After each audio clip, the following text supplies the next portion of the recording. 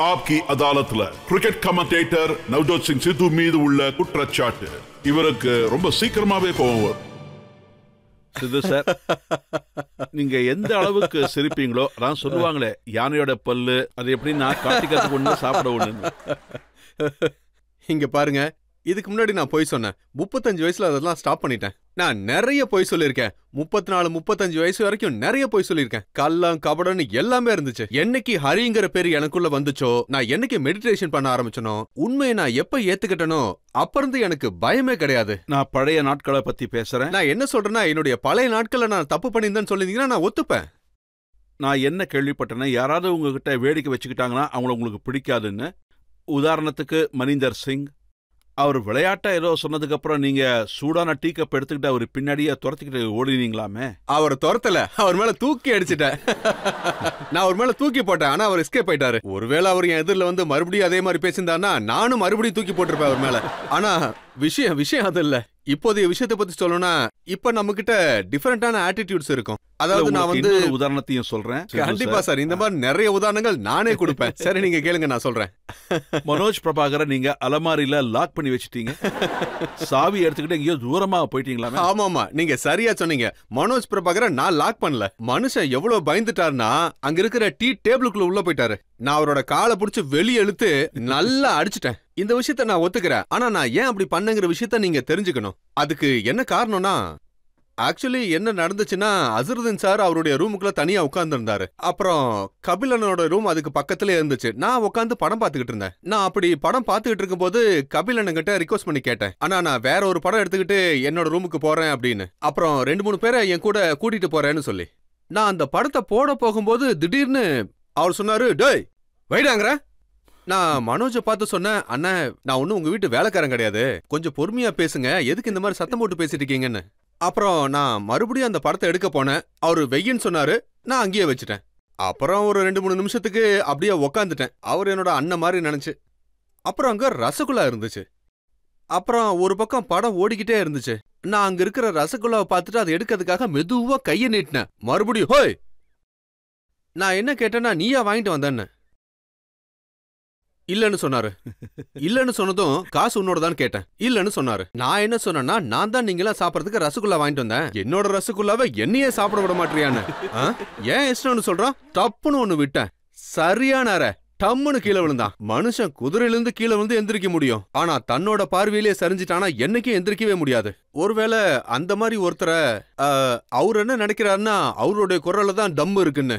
சேவல் கூவலன்னா சூரியன் உதிக்க மாட்டார்னு அர்த்தம் கிடையாதுல்ல. சோ அந்த பார்த்த தான் அவருக்கு நான் கற்பிச்சேன். அதுக்கப்புறம் எங்களுக்குள்ள சண்டை நடந்துச்சு. அங்க இருக்கிற எல்லாரும் எங்களுடைய பனிஷ்மெண்ட் பத்தி பேசினாங்க. உனக்கு பனிஷ்மெண்ட் இருக்குன்னு சொன்னாங்க, நீ சொன்னாங்க. அவரு ஒத்துக்கிட்டா நான் ஒத்துக்கிறேன்னு சொன்னேன். மறுபடியும் இதேதான். இரும்பு தான் கட் பண்ணும். That's all. சரி, இரும்ப கட் பண்ணா சித்து யார கட் பண்ணுவாரு? அட, சித்து வந்து யார கட் பண்ணுவானா, அது என்ன பொறுத்த வரைக்கும் விஷமக்காரங்கள. இந்த உலகத்துல பாத்தீங்கன்னா சிங்கத்துக்கும் சுதந்திரம் இருக்கு. सांपों को आजादी है हर बस्ते घर में बसने की, उनके सर में जहर भी है और आदत भी है डसने. சித்துவோட கமெண்ட்ஸ் எல்லாமே ஒரு பாம்பு கொத்துற மாதிரி தான் இருக்கும் எப்பவுமே, இல்லையா? ஜர்னலிஸ்டுக்கு கொத்துற விஷயம் ரொம்ப பிடிக்கும்னு நினைக்கிறேன். இங்க பாருங்க, ஒரு விஷயத்த கேளுங்க. அது என்னன்னா, ஒரு நாய் இருக்குல்ல, அது மனுஷனை கடிச்சா அது ஒரு நியூஸே கிடையாது. ஆனா ஒரு மனுஷன் ஒரு நாயை கடிச்சா அது நியூஸ். ஆமாவா இல்லையா?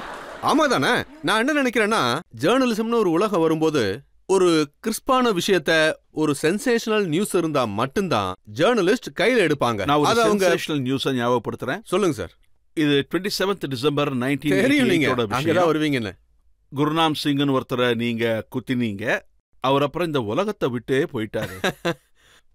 பாருங்க, இது ஒரு ரொம்ப ரொம்ப சீரியஸான விஷயம். அதுல என்னோட தப்ப நான் ஒத்துக்கிறேன். அதுல நான் கொஞ்சம் அவசரப்பட்டுட்டேன். இப்போ அந்த வழக்கு இன்னும் கோர்ட்ல நிலுவையில இருக்கு. இப்போ நான் அதை பத்தி பேசினா நான் கோர்ட்டை அவமதிச்ச மாதிரி ஆயிடும். பிகாஸ் இந்த மேட்டர் இஸ் சப்ஜூடிஸ்ட். இன்னைக்கு கூட அந்த விஷயத்த நினைச்சு நான் ரொம்ப ஃபீல் பண்றேன். அதை பத்தி நினைச்சு நான் ரொம்ப ரொம்ப வருத்தப்படுறேன். ஒருவேளை என் வாழ்க்கையில ஒரு சம்பவத்தை என்னால திருத்திக்கிற வாய்ப்பு கிடைச்சதுன்னா, கண்டிப்பா அந்த பெரியவரை திருப்பி கொண்டு வர முடியும்னா கண்டிப்பா நான் கொண்டு வருவேன். ஆனா ஒருத்தர் தெருவுல போயிட்டு இருக்கும்போது இன்னொருத்தர் அவரை நிறுத்தி திட்டுறாரு. அவரும் சொல்றாரு, வேணாண்ண திட்டாதீங்க, ஆனா உங்க வயசுக்கு ஏத்த மாதிரி நடந்துக்கோங்க, இப்படி செய்யாதீங்கன்னு சொன்னாரு. ஆனா அப்பவும் அவரு திட்டிக்கிட்டே தான் இருந்தாரு. அதுக்கப்புறம் 2 பேர்த்துக்குள்ளயும் சண்டை நடக்க ஆரம்பிச்சிருச்சு. அவரு 2 குத்து குத்துனாரு, இவரும் 2 குத்து குத்துனாரு. அப்புறம் விஷயம் இவ்வளவு தூரம் வந்துருச்சு. அப்புறம் அந்த ஆளு அவரு இந்த உலகத்தை விட்டே போயிட்டாரு. அப்போ உங்களோட மோட்டிவ், உங்களோட இன்டென்ஷன் அவரை கொல்றதில்ல. இந்த மாதிரி 1000 சண்டைகள் நடக்கும் பஜார்ல. இந்த மாதிரி நிறைய பேரு நீயா நானானு சண்டை போடுவாங்க. 1000 சண்டை நடக்கும். ஆனா எனக்கு அது இல்ல. என்னோட இன்டென்ஷன் அந்த மாதிரி எதுவுமே இல்ல. அப்ப நீங்க அதுக்காக வருத்தப்படுறீங்க, தப்பு நடந்திருக்குன்னு வருத்தப்படுறீங்க. நான் ஒன்னும் கௌதம புத்தர் கிடையாது, யாராவது என்னோட கணத்துல அரைஞ்சா அடிங்கன்னு சொல்லி காட்டிக்கிட்டு நிக்கிறதுக்கு. நான் அந்த மாதிரி இல்ல. ஒருத்தர் என்ன திட்டினாங்க, அவமானப்படுத்தினாங்க, நானா போய் அவர்கிட்ட சண்டை போடல, வம்பு கிழக்கல. அதாவது பாத்தீங்கன்னா அது மட்டும் என்னோட இன்டென்ஷன் கண்டிப்பா இல்ல. உங்களுக்கு ஒரு விஷயம் சொல்றேன். கோர்ட் ஒரு முடிவு எடுத்துருச்சு. இப்போ நான் அதை பத்தி பேசினேன்னா கண்டிப்பா எனக்கு ப்ராப்ளம் கிரியேட் ஆகும். புரபேந்தர் சந்துக் அவரோட ஜிப்சில தான் இருந்தேன், திட்டும் அவருக்கு தான் விழுந்துச்சு. ஆனா நான் அவங்க 2 பேர்த்தையும் பிரிச்சு விட்டுட்டு இருந்தேன். அதுக்கப்புறம் என்ன நடந்துச்சுன்னு நம்ம பேசினோம்னா அது கோர்ட் அவமாச்ச மாதிரி ஆயிடும். ஆனா என்ன நடந்துச்சோ அது சரியில்லை. நான் என்னைக்கும் அந்த விஷயத்தை பத்தி பேச போறதே கிடையாது. ஆனா சில விஷயங்கள் எதிர்பார்க்காம நடந்து போயிடும். அதை எப்பவும் மனுஷனால தடுக்கவே முடியாது. ஒருவேளை என்னால முடிஞ்சா அப்படி நான் பண்ணவே மாட்டேன். என்னோட இன்டென்ஷன் அண்ட் மோட்டிவ் கண்டிப்பா அது இல்ல. எந்த பகையும் இல்ல, என் கையில ஆயுதம் இல்ல, குண்டுல சுடமும் இல்ல. கையால எப்படி அடிச்சுக்கும் போது, ஒருத்தர் கூட சண்டை போடும்போது இப்படி நடந்துச்சுன்னா, ஒரு மனுஷன் செத்துட்டார்னா அந்த விஷயமே வேற மாதிரி ஆயிடும். ஒரு காலத்துல மக்கள் உங்க கையால செத்தாங்க, இந்த காலத்துல உங்க பேச்சால சாகுறாங்க. என்னோட நம்பிக்கை என்னன்னா, இந்த தோட்டாவால ஏற்பட்ட காயம் காஞ்சு ஆறி போயிடும்.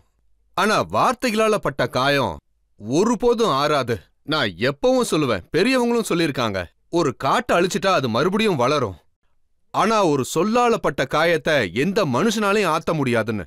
அப்புறம் எந்த மனுஷனுடைய மனசையும் நான் கஷ்டப்படுத்தக்கூடாதுன்னு ரொம்ப நான் சிரமப்படுவேன். ஆனா ஒருவேளை யாராவது ஒருத்தர் என்னோட நியாயத்துக்கு எதிரா, என்னோட வாழ்க்கையில ஒரே லட்சியம் தான், நியாயத்துக்கு எப்பவுமே நான் டிபெண்ட் பண்ண. हर दीन दुखी मन में उमंग तुम्हें भरनी है, हर आशाहीन हृदय में तरंग तुम्हें भरनी है.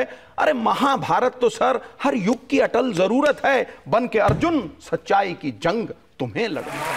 புரிஞ்சுதா?